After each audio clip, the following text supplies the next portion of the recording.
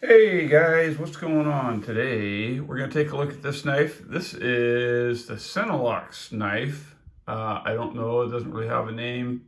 The Sin, I guess? I don't know. Um, anyway, and my whole deal behind this knife is I wanted to go and look online and see um, what I could find for the best price, the most knife for the least amount of money. How's that sound? Not really the best knife or the best price, really, but yeah, best knife, least amount of money. And this is what I found, and I'll try to put a link in the description if I can. I got it off Amazon. It was 25 bucks shipped to my front door.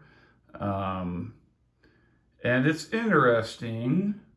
And what I meant by when I'm talking about trying to get the best knife, I mean to try to get the most best materials and what have you that I can, the most good attributes to a knife. So let's start with the case.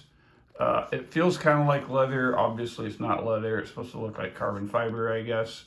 It's kind of nice. I actually wasn't even expecting this nice of a case, but it's kind of nice, kind of cool. You open it up, and there's your knife and your paperwork. Let's take a look at the paperwork. So, pocket folding knife. Obviously, it's made in China. I know some of you guys don't like the Chinese videos, but that's kind of just the way it is right now. Pocket knife, one soft package, one after sales manual, 2.36 D2 blade, overall length 5.15, knife weight 1.83 ounces, carbon fiber handle, reversible pocket clip. How to close, find the safety lock, press and hold, slowly close the knife. Notes: in order to better maintain the knife bearings will be dripping with lubricant when you just open the blade. It will be more loose feeling. This is a normal phenomenon, does not affect the later use of the pocket knife. In other words, the oil wears out and it stiffens up. After sales service, please feel free to contact us if you have any concerns with this product or improvement, and admin@wanbor.com, whatever that is. Here's your after sales service card. And let's take a look at the knife.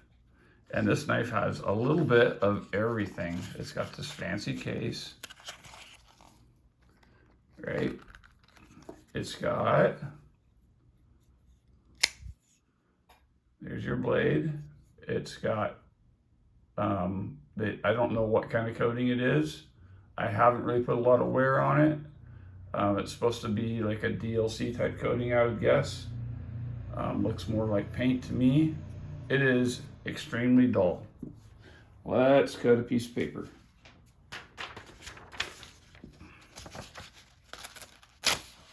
Not gonna happen.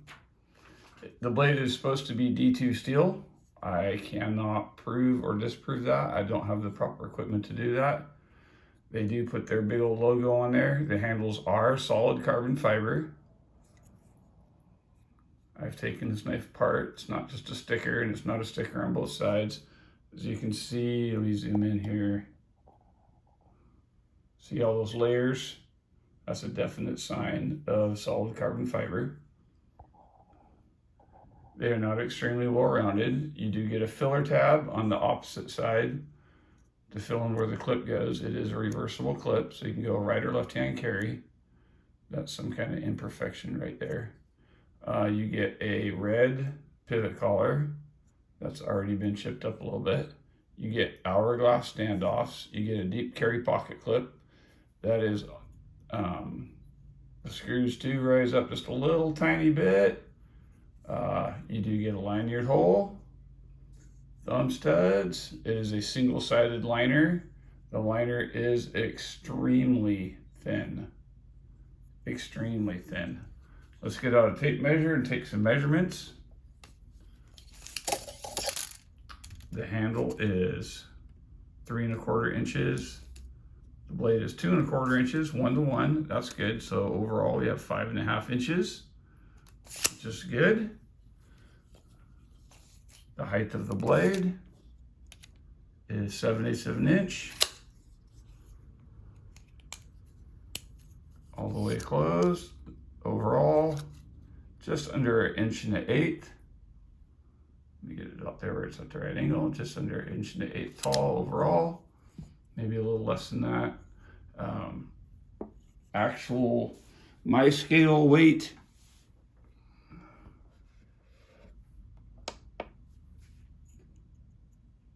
is 1.8 ounces, just like it says. So that's good. That's good. Let's take a look at it next to some household items. Here it is next to a tactical push pin. And so you can see it is much bigger than the tactical push pin. And the sun's being weird now, so I'm getting some natural light and room light, so it's making it look kind of strange. Sorry about that. Here it is next to the Sharpie. Smaller than the Sharpie, probably almost the same length as the Sharpie with the knife blade open. Pretty dang close. Here it is next to a Bic lighter. Bic lighter is almost the same size as the handle. And next to some knives, here it is next to the Cold Steel 4 Max Scout. So as you can see, it is almost, no, I guess not. I was going to say it's almost the same size as the blade. It is definitely smaller than the handle. Here it is next to the Cold Steel Tough Light, which is just a little bit smaller. And here it is next to a Spyderco Delica. This is the special S30V edition. So it's got the funny looking colored handles and the Warncliffe blade. And here it is next to a knife that I think is probably just as good for less money, and it's easily customizable because I did customize this one. And this is the Opinel number 8 in the Sennilox stainless. Awesome knife review to come. Has been modified by me, so you can see.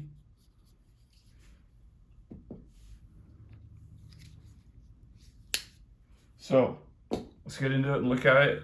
The blade is your standard drop point blade. It's got a little ground swedge up here. It's actually not ground too terribly bad.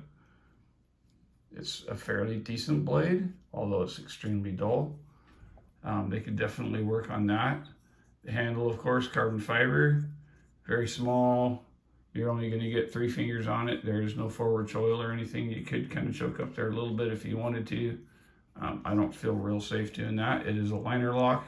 It is on bearings. So you get liner lock, you get bearings, you get carbon fiber, you get deep carry clip, you get single-sided liner, so it's lightweight. The liner is, if I can zoom in just a little bit, extremely thin. That is an extremely thin liner, but it seems to stay open like it's supposed to. And it does have detent, so it stays closed like it's supposed to. The fit and finish on this knife is not great. Look at the big gaps around the filler tab, but for less than a $25 knife, or right out of $25 knife, what do you expect? The deep carry pocket clip could have been used on that standoff screw and moved up and made it a little bit better, but they did cant it, so it's pointing back in your pocket as it sits in your pocket, so it's a little less intrusive. You do just get just enough up there to grab, which I guess for some people like that, some people don't. I don't really care either way. It doesn't really finger flick very good. Nope, the detent's too hard for me to finger flick it. But it opens with authority. It's got a pretty strong detent. I do believe those are ceramic bearings in there. I could be wrong. And all for less than 25 bucks, or right at $25. So what can you get for 25 bucks? Well, here you go. I think that this could be an okay knife. I have not put it through any wear and tear or sharpened it yet. So still to be seen. This liner concerns me. I'm not sure exactly how safe that is. I don't know. I'll have to take it apart and see how it's attached. Because it looks like it's just a couple screws in there. And then the 2 standoffs and the pivot. So I don't know. I don't know how durable it's going to be. Nested liners, or the liner, it is fully nested. No real sharp edges, so it doesn't need to be visited by the chamfer fairy. I don't know. I'm torn about it. I'm really torn about it. Part of me is like, because nothing's really executed super well. Like there's gaps and stuff everywhere, and the fit and finish isn't great on it. Like it's not as good as, say, this knife. But I can buy 8 of these for 1 of these. So, you know, that's the difference. Something here you can see machine marks. It's obviously CNC machined. So, I don't know. You tell me what you think. It's quite a package for such a cheap price. I don't know how they make it for that price. They could be lying about the steel. I remember, I don't know if any of you, the rest of you guys remember, like say 2011 and 12 when Benchmade was making a big deal about their D2 knives and charging $170, $180 a piece for a D2 knife, and now you can get one for $25, and their knives are even more expensive. I don't get it. I understand it, but I don't get it at the same time. I don't know, great case.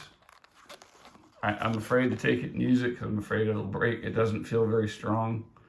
Like I said, really thin liner. Like, I don't know. It doesn't seem to want to move, but we'll see. I don't know, maybe I'll take it and start using it and get back with you guys. The thumb studs are out of the cutting path, so that's kind of nice. Like there's a lot of, the more I look at it, I'm like, yeah, there's good stuff about it. I'm just concerned because still it's a $25 knife.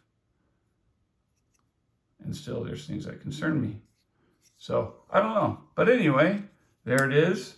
Your Amazon $25 knife, the most knife I could find for the money.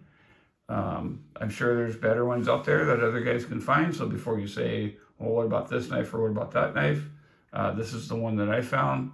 And I wanted to go for the full package deal, case, knife, everything. And I think this pretty much covers that. So get your family together, turn off the TV, get outdoors. Toad Sticker out.